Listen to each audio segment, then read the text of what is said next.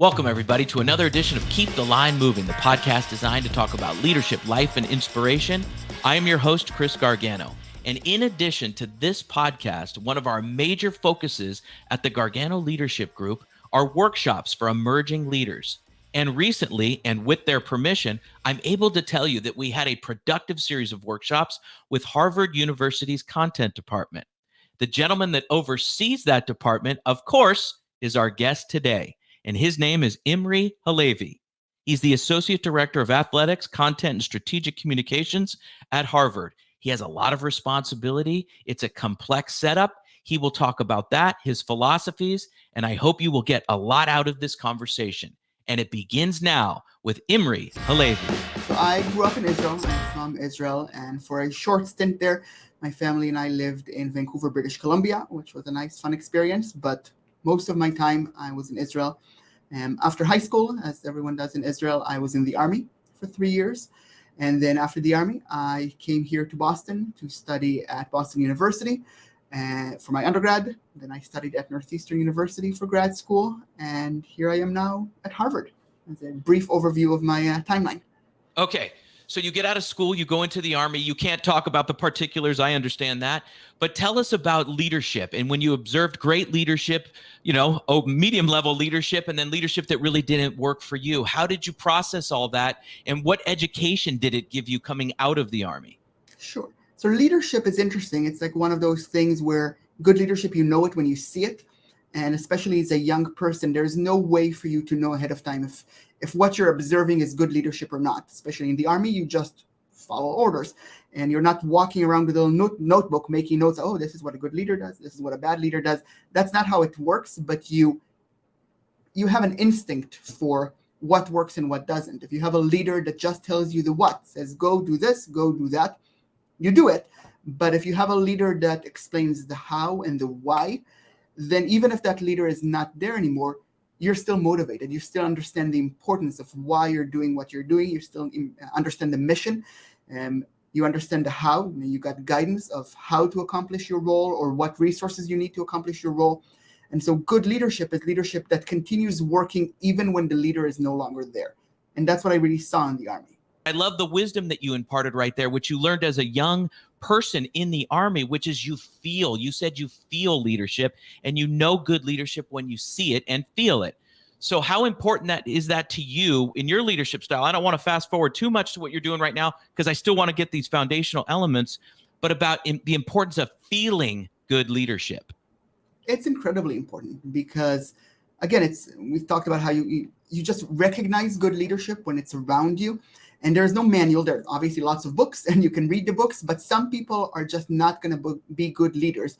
And it's because either they don't have the patience for it or they don't really enjoy what they're doing. And there are many reasons, but you can tell when someone is not just a good leader, but is motivated and is passionate. And I think that's what has motivated and passionate me and kept me passionate about what I do. It's not just the work, which I enjoy the work. I enjoy being in the creative industry, in the broadcast industry, but leading others in the same industry is something different. Leading others who are passionate about what you're passionate about, that's the ultimate experience. That's the formula. Great point right there. And we'll get to that again. But I still want to touch on your education at Boston University and then Northeastern. Describe what you were like finding out what you wanted to do and the education curriculum that you had. And tell us about yourself as a college student and then going on to get your master's. Sure. So I had no idea what I wanted to do. I went to BU to study history. I figured I like history. My backup would be, I could be a history teacher. I applied to several universities and I got into several of them. My top two candidates at the end were BU and UCLA. And I was just doing some research and figure out what would be the good fit for me culture-wise and program-wise. And I chose BU because I thought it would be the right place to study history, ironically, because I'm not doing anything with history right now. But I think, it's going to college is important, even if you don't end up using your degree for what it is. You learn communication skills, you learn research skills, you learn the importance of deadlines and clarity. And there's so much that goes into it. And for me specifically, when I was at BU, my classes were great. I was very interested in everything. My professors were great, but it didn't really take up my whole time. I had a lot of free time. And so I was looking for some part-time work, and I applied for a job at BU's Office of Orientation. And they organize like new student orientation over the summer and parent orientation when the parents come to visit. And I applied. They hired me to do, host some of the sessions and help out with some technical things, which was a lot of fun. And then at some point, it was mid my freshman year, and then as we were preparing for the start of my sophomore year and all the orientation sessions there, they said, we have this new arena that just opened, Aganis Arena at BU. It's where hockey plays. We want to do all the opening sessions for orientation there. Bring all the parents in, put them in chairs on the floor, on the bleachers, and do a whole session. They have this video board at Aganis, and so we need to put some content there. Can you help us out? And I said, I don't know. I've never done anything like this. I've never done anything with a video board, but let's have a look. So I met the people who worked at Aganis. They showed me their control room, which for me back then at that age and that time, I was blown away. I thought, oh my God, this is the room where I want to be. In retrospect, it was all black and white CRT monitors with an SD switcher. Half the signals weren't even digital. It was running a lot of composite stuff. Right now, I'd be embarrassed. And obviously their control room has evolved a lot over the years. But back then, I was blown away. And that was the beginning of it. I thought, wait, I want to learn more about this. If I can figure out how to put a quick graphic on a video board, then maybe a video, or maybe, produce a hockey game. I mean, I'm jumping ahead here. Obviously, this took years, but that was the biggest thing that BU did for me, which was expose me to this world, which I didn't even realize existed before. So what was it? Was it the ability to create, the ability to communicate a story? What was it, do you think, that was so intriguing to you? Was it the technology, or was it check 1, 2, and 3? What do you think that core element was that drove you to your passion?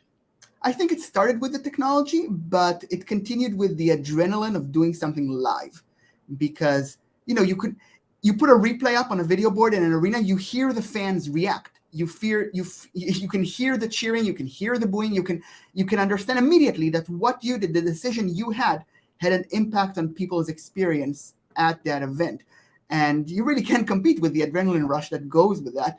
And I knew I wanted to do grad school. By then I realized history might not be the career for me. But I wanted a bigger overview of the industry. So I wanted to get an MBA, a Master's of Business Administration, with a focus on marketing. And I liked Boston, and so I wanted to stay in the area. And I looked around, and I decided I was going to go to grad school at Northeastern. Started the program there as a full-time student, and same thing, found that I had a lot of free time. So I reached out. I called, emailed the associate aesthetic director that they had at Northeastern for external affairs. And I said, hey, my name is Imry. Just so you know, I'm here at Northeastern. I have some experience with video board stuff. Just wanted to introduce myself. They didn't have any positions open or anything available. He emailed me back right away, said, it just happens that we installed a brand new video board at Matthews Arena, our hockey rink, just this year.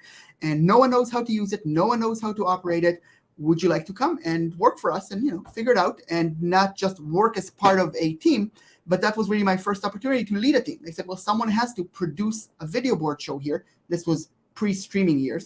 So just video board show. And they said, oh, you can do it. So I was 100% honest early on. I said, listen, I've never done this before. I can learn. I can ask questions. I can try. I will absolutely fail, but I promise to keep trying. And they said, yeah, no, we trust you. Let's do it. Okay, so you said something that I want to bring out here. You said that the people that hired you trusted you with the department to do the hiring and the teaching. How much was that instrumental in your ability to then trust yourself to learn the cameras and learn the equipment and then teach it to others, like you said, within a week? So we're trying to uncover the leadership here that was given to you and then enabled you to lead more effectively. That's how I heard it. Am I correct? Yes, it was a lot. And it wasn't lost on me that they put a lot of trust in me and that this was all on me, and I didn't really know what I was doing. And so I spent a lot of time in my office and later on at home just sitting there and thinking. People would come up and say, what are you doing? You're not using your keyboard or your mouse. What's happening? And I said, nothing. I'm just thinking. I'm thinking about how I want to lead a team. I'm thinking about how I can train people. And back then I wasn't much older than the people I was going to train. So how do I establish authority? Because I don't have the experience. And so how do I even get them to listen to what I'm saying and trust that where I'm leading them is the right place to go? And as I said before, it wasn't always the right place. I tried and I made a lot of mistakes along the way, but I was incredibly lucky to have this amazing boss at Northeastern who just believed in me. And when I made mistakes, there was no yelling, there was no shouting, there was no swearing. He would call me into his office and say, okay, let's talk about it. Tell me what happened. Tell me your plan on how to make sure it doesn't happen again. And let's move on. And, it was all about, we all make mistakes. Everyone is human. As long as we don't make the same mistake twice, we've learned something. Moving on. Absolutely. So that goes back to that parallel again, that you're getting good leadership, great leadership. You didn't get yelled at. He just would call you into the office, have a healthy conversation, and then you'd leave feeling empowered, which then that was your example. And then you go to your new staff and you're probably acting the exact same way for them, which is very powerful. I want to bring something out that you said that I love. You sat at your desk. You weren't pounding on the keyboard or moving the mouse around or looking frantically at a screen.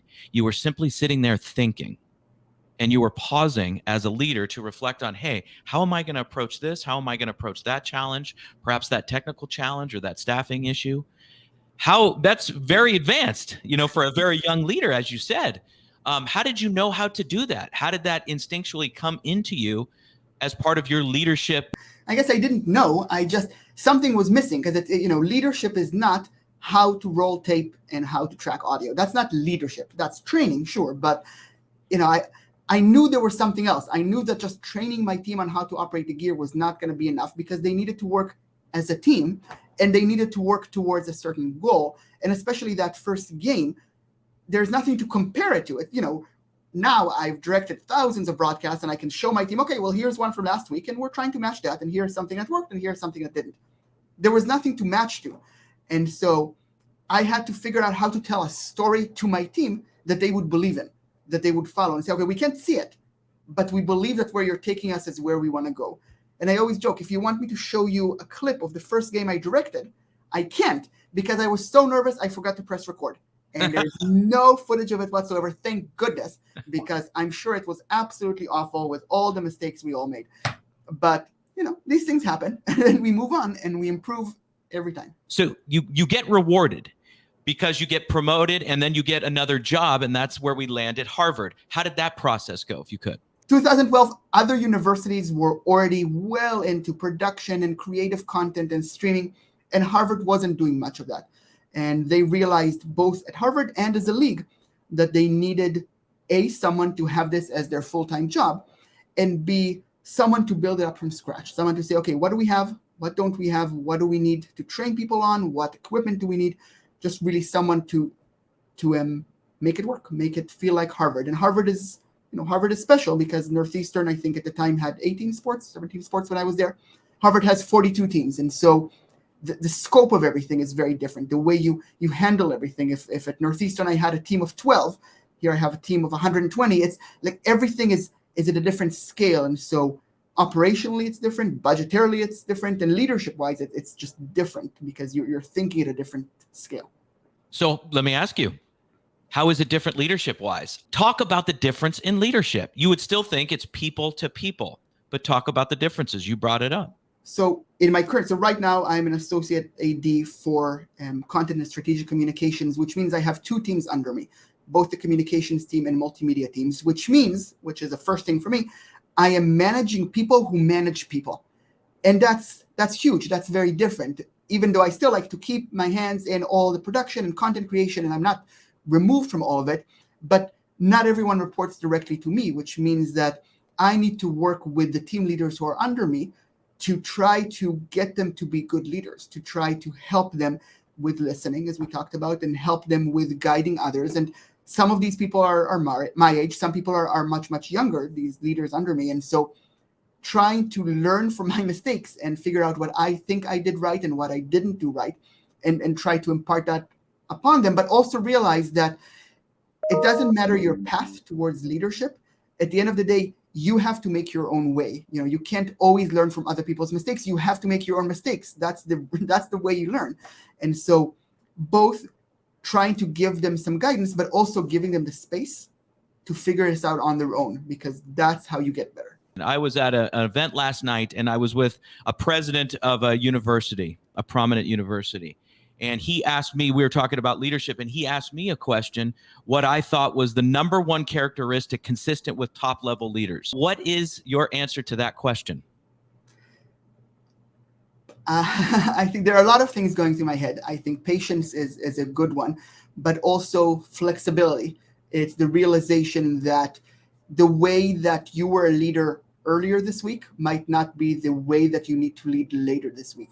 It's looking at the big picture and then constantly adjusting the way you lead so that you're providing those resources that your team need and making sure that you're not being stale, that you're not saying, well, this is the way I like to lead, this is the way I've led for the last 20 years, and I will continue to say the same thing over and over again. Meanwhile, the world has moved on, your team has moved on. So I think flexibility and patience is what I would say. And that part you just said was exactly what the gentleman said last night, which is about, it's not about you, it's about how you're leading others. It's others focused. Absolutely. And that's what you said, being flexible. You can't lead the same way on Monday, perhaps, as you do on Thursday. Circumstances have changed. And then you said if you don't adapt, that you're going to see people leave and it's not going to be a fresh situation of learning. If you had a situation, Imry, of the following situation, you had somebody who was an unbelievable cinematographer and or somebody who was a great switcher, a technical director, and someone over here who was okay at those things, but embodied more of the philosophical beliefs that you just stood for, right? Easy to work with, a good learner, but the skill levels here, and then the skill level of the person over here that is maybe a different person, with a different philosophy. Who do you go with, and why would you make that decision? I've had to let people go over the years. Not many people, but there are people I've had to let go. And the only reason I've let people go is because of attitude. It's because of getting along with others or lack thereof. It's about inappropriate behavior in the workplace. That's the only reason. I've never, ever let go of someone who wasn't good at operating a camera or pushing the buttons on a switcher or anything like that. A, because I think it's our mission to help them grow and improve. And B, because I think everyone deserves a second chance and a third chance. And even if you're not the world's most amazing replay operator, we still have room for you on our team. But if you are not a good person, and if you don't get along with everyone around you, or you bring a negative attitude that affects others around you, which has been a problem, then I don't want you on our team. Then that's just not going to work. And I will choose the person who is not amazing at their job, but is an amazing person every single time. You know what? And I'll tell you what, people will get that want to work for Harvard Communications and Content. In other words, your department. They can get a window into what you believe leadership-wise by following your Twitter feed. And I have selected some tweets that you have written within the last week of us coming on today. Are you ready? Are you ready to back I am these not up? ready, but go for it. All right, and I printed them old school. Sorry, I will recycle these papers. Okay. This is really a few days ago. Here we go. This is you. You're not entitled to anything. No one owes you anything. You get out of a job project experience exactly what you put into it. Boom. What made you write that? I'm not going to allude to any specific cases or anything like that, but we have people on our team, students, who are incredibly motivated. Their next question out of their mouth every time is, what else can I do? They finish whatever I get. It doesn't even matter if they're good or not. If all they have to do is go run a triax cable somewhere or a fiber cable somewhere. And then when they're done, they're not sitting there in the corner on their phone hoping we don't see them. They come right back and say, what else can I do? Those are the people I love, the people who will do amazing because they're constantly looking to contribute and they're looking to help others. And they're going to get out of this. I'm going to go out of my way to make sure that they have an outstanding experience. No question. And if people come and think they're entitled, because we've had people like that say, I have years experience with camera. I don't need anyone or anything. And then, they don't help others. They set up their camera and maybe they're good at camera. I'm not doubting them, but you're part of a team, a broadcast, anything that we do, you're working as a team. And if no one wants to work with you because you're selfish, then I don't want you on the team. Okay. Well said. And I could see why you wrote it. Are you ready for the next one? I'm ready. This is like mean tweets on Kimmel or whatever. Right? I know. It feels like Here we go. These aren't mean. These are inspirational, if I may. Here we go. Here's your next one. No amount of pay and benefits can make up for a bad boss and toxic work environment. Let me read that again. I should go back to broadcasting school. Here we go. No amount of pay and benefits can make up for a bad boss and toxic work environment. Okay, so I will preface that right away by saying I'm not talking about here at Harvard. I love my boss. I love my situation here. However, I have people who I've hired here at Harvard who've told me about their experiences and said, listen, I work at this place. It's my dream job. They said, seriously, it's the university I want to work for. I'm doing creative content creation. It's where I always thought I wanted to be. But I can't stand the people I work with. My boss is grinding us all down. It's too much work. No one appreciates what we do. We don't have the resources to do what we do. And it feels like we're just shouting at the wind. No one is listening. And so what's the point? And I've always found that very, very important and very interesting to listen to, because they're not saying that they're at a mediocre job at a place they're not sure about. They're saying this is where they've always wanted to be. This is the college that they grew up around. This is where they want to be creating content. And the fact that their boss and their work environment is so toxic that they're starting to doubt this thing that they were sure about their whole life. And I think that's really bad. I think you can make a job an amazing experience for someone, so much so that they would want to stay there even though they didn't realize that initially. Something that they say, oh, I'm going to come work here for a year or two. Eventually, I want to go back to the East Coast, the West Coast, whatever. This is not the place where I want to really build a career. But if they have such a good experience with leadership and with teamwork, they can change their mind. I've had that on my team. People who say, well, now I want to stay here. And I think that's incredible. It takes a lot of courage to put these leadership principles out on your Twitter feed. I think it's great. Thanks for being on. Absolutely. I appreciate it. This was fun. I hope you enjoyed it. Yes. Imry, thank you very much. We will talk soon, and we wish Harvard the best of luck in both in content, on the field, in the arena, in the pools, whatever the case may be, my friend. Thank you. And we thank Imry for being on the show very much. My number one takeaway is this. You can see why their culture is so strong. Imry is a courageous leader, and he's a problem solver, bringing people together to understand what the issue is, communicate clearly, and then have a solve for that problem. I appreciate Imry, and I appreciate Harvard's content and communications team. For our podcast producer, Paul Salazar, I am Chris Gargano. Thank you so much for being with us each and every week. If you like, follow, subscribe, we appreciate it. Take care, everybody. We will see you next time on Keep the Line Moving. We thank you for listening to Keep the Line Moving. We would love it if you subscribed or left a review. For more podcast episodes, check out our YouTube page. If you'd like to work with the Gargano Leadership Group, check out our website. This has been a GLG production, copyright 2023. For our podcast producer, Paul Salazar, and our marketing coordinator, Savin Narwal. Have a great week, everyone.